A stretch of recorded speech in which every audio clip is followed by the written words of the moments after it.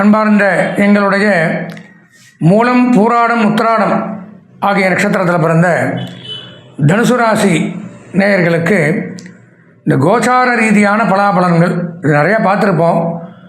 அதாவது சனி பயிற்சி பார்த்துருப்போம், குரு பயிற்சியை பார்த்துருப்போம், ராகுகேது பயிற்சியை பார்த்துருப்போம். இதெல்லாம் இப்போ நடந்து முடிஞ்சு ஒரு 6 மாதம் ஆகுது. 6 மாதம் ஆகிருச்சு. இப்போ என்னென்னலாம் நடந்துட்டு இருக்குது இந்த கோச்சாரத்தில், நன்மைகளா தீமைகளா, நீங்களும் இது அனுபவிச்சும் பார்த்துருப்பீங்க. அவங்க ஒருத்தர் டிவியில் ஒவ்வொன்று சொன்னாங்க, இப்படி சொன்னால் அப்படி சொன்னாங்க, அப்படி நடந்துச்சு அப்படி நடந்துச்சு, அனுபவ ரீதியாகவும் இருப்பீங்க. இந்த காலகட்டத்தில் நம்ம பார்க்கும் பொழுது தனுசு ராசி அப்படின்னு எடுத்துட்டோம்னா பொதுவான பலன்களில் சனி பகவானுடைய பயிற்சி அப்படின்னு எடுத்துட்டால் தங்களுக்கு சாதகமாக தான் இல்லை. ஏன்னா சனியை பொறுத்த வரைக்கும் தனுசு ராசிக்கு 4ஆம் இடம் அப்படின்னு சொல்லக்கூடிய அர்த்தாஷ்டம சனி. அர்த்தம்னா பாதி, அஷ்டமன்னா 8, 8ல் பாதி 4. 4ஆம் இடத்துல சனி பகவான் இருக்கிறதுனால என்ன துன்பங்களை கொடுக்குறாருங்கிறத முதல்ல தெரிஞ்சுக்கணும். இடமாற்றத்தை கொடுக்குறார். எடுத்தோடனே வீடை மாற்றுறார். சொந்த வீடாக இருந்தாலும் சரி, கொஞ்ச நாள் வனவாசம் மாதிரி வெளியில் போய் எங்கேயும் ஊற்றமே இருக்க முடியாது. பிரச்சனை மேலே பிரச்சனை. உத்தியோக மாற்றம், வேலை மாற்றம், தொழில் மாற்றத்தை ஏற்படுத்துகிறார். கஷ்டங்களை கொடுக்குறார். குழந்தைகள் ரீதியான பிரச்சனை, கணவன் மனைவிக்குள்ள கருத்து வேறுபாடுகள், கொடுக்கல் வாங்கல்ல பிரச்சனை, நண்பர்கள் விரோதம், வாகனப் பழுது, மருத்துவ செலவு, பேச்சுவார்த்தையினால் கலகங்கள், இந்த மாதிரி அலைச்சல்களை அதிகமாக கொடுக்குறார். மன வேதனைகளை கொடுக்குறார். இப்படி ஒரு காலகட்டம் சனி. சரி, சனி தான் இப்படி பண்ணுறாரு. ராகு கேது என்ன பண்ணுறாங்க? குரு பகவான் உங்கள் ராசிநாதன் என்ன பண்ணுறாருன்னு பார்த்தால் 7ஆம் இடத்துல இருந்து நன்மையை செய்கிறார். மிகச்சிறப்பு. வீடு வாங்கலாம், மனை வாங்கலாம், கட்டிய வீட்டை வாங்கி கிரகப்பிரவேசம் பண்ணுறது.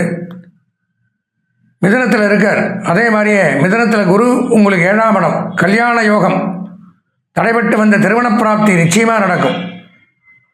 லவ் பண்ணிட்டு இருக்கிறவங்களாம் அவங்களே விரும்பி கல்யாணம் பண்ணிக்கலாம்.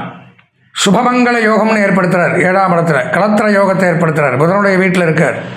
நல்ல கல்வி அறிவு, படித்த படிப்புக்கு தகுதியான ஒரு உத்தியோகங்கள், உயர்ந்த பிரதாபங்கள், உயர்ந்த பதவிகள், கல்வித்துறை, ஆடிட்டிங், அக்கௌண்டன்ட், எழுத்து, teaching professional, IT, engineering, computer, trading, marketing, agencies, business பண்ணுறது, இந்த மாதிரி துறையில் இருக்கிறவங்கெல்லாம் அதீதமான யோகத்தை பெறக்கூடிய அமைப்பை கொடுக்குறார் 7ஆம் இடத்து குரு.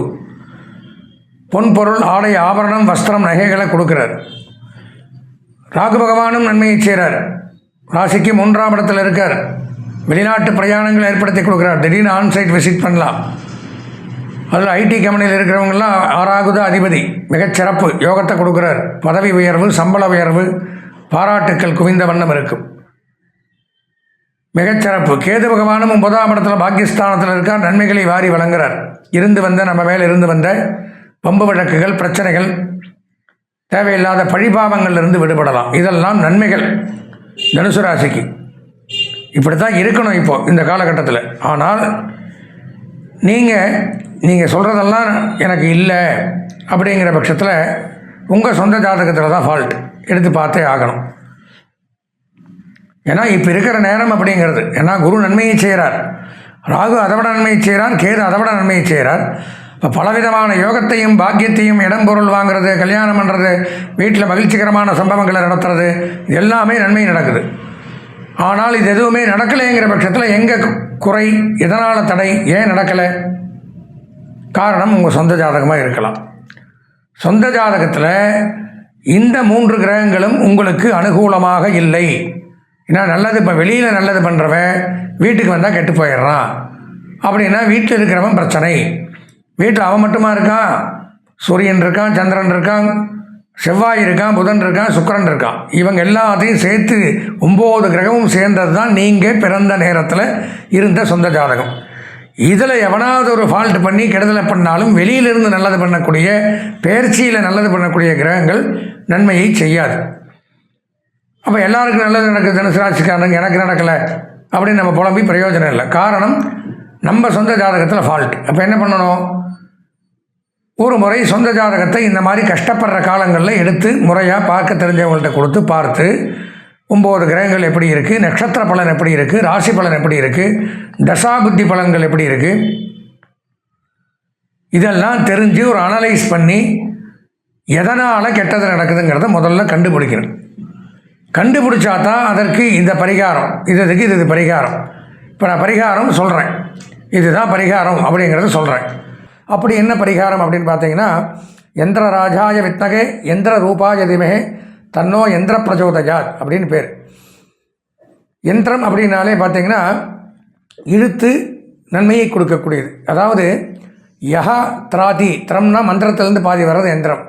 மனசா திராயதீதி மந்திரம், புரிஞ்சுதுங்களா? மனசில் நினச்சி எழுதுறது தான் யந்திரம். என்ன யந்திரம்னு பார்த்தீங்கன்னா, யந்திரத்தை 3 விதமாக பண்ணலாம். அதாவது அதில் பீஜாட்சரங்கள்னு பேர். நமக்கு என்ன பிரச்சனையோ அதற்கு என்ன சுவாமி நமக்கு அனுகிரகம் பண்ணமோ அதனுடைய மூலமந்திரத்தை தங்கத்தகடில் எழுதலாம், வெள்ளித்தகடில் எழுதலாம், காப்பரத்தகடில் எழுதலாம். இதில் எழுதி அந்த எந்த சுவாமியினால் சனி 7.5 வருஷம் பிரச்சனை பண்ணுறாரா, அது ஜாதகத்தை பார்த்தா தெரியும்.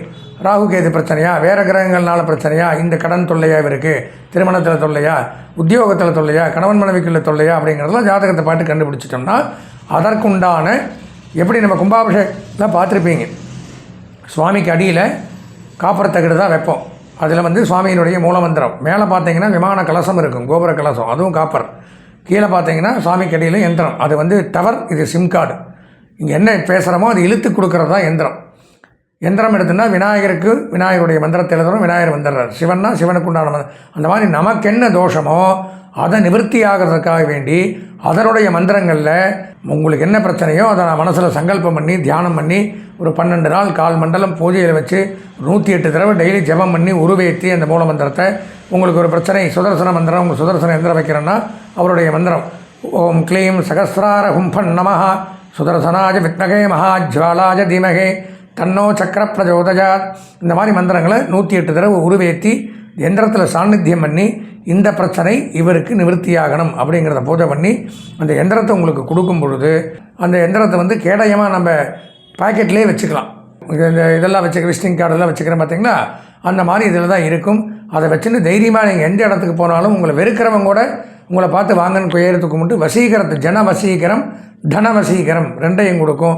அதனுடைய மாற்றங்கள் நிறைய பேர் அனுபவிச்சிருக்காங்க, நிறையா காரியங்கள் நிறைய பேருக்கு சித்தியாக இருக்குது. இந்த எந்திரம் எளிமையான பரிகாரம். பெரிய யாகங்கள் பூஜைகள் இதெல்லாம் பண்ணோம்னா 40,000 50,000 60,000 1 லட்ச ரூபா வரைக்கும் செலவாகும். இது அவ்வளோவுள்ள ஆகாது. அதனால் இது சொந்த ஜாதகத்தை பார்த்து நமக்கு என்ன எந்திரம் தேவையோ அதை செலக்ட் பண்ணி நம்ம பாக்கெட்டில் வச்சுட்டு அல்லது பூஜை அறையிலையும் வச்சுட்டு பண்ணிட்டு வர வர உங்களுக்கே போக போக ஒரு மண்டலத்துக்குள்ளேயே ஒரு மாற்றங்கள் அப்படிங்கிறது கண்டிப்பாக தெரியும். வரக்கூடிய காலங்களில் எந்த தோஷங்களும் இல்லாமல் நல்லபடியாக சந்தோஷமாக நீண்ட ஆயுளோட நிறை செல்வத்தோட வாழ்வாங்கு வாழணும் அப்படின்னு பிரார்த்தனை பண்ணி கேட்டுண்டு விடைபெறுகிறேன். நன்றி, வணக்கம்.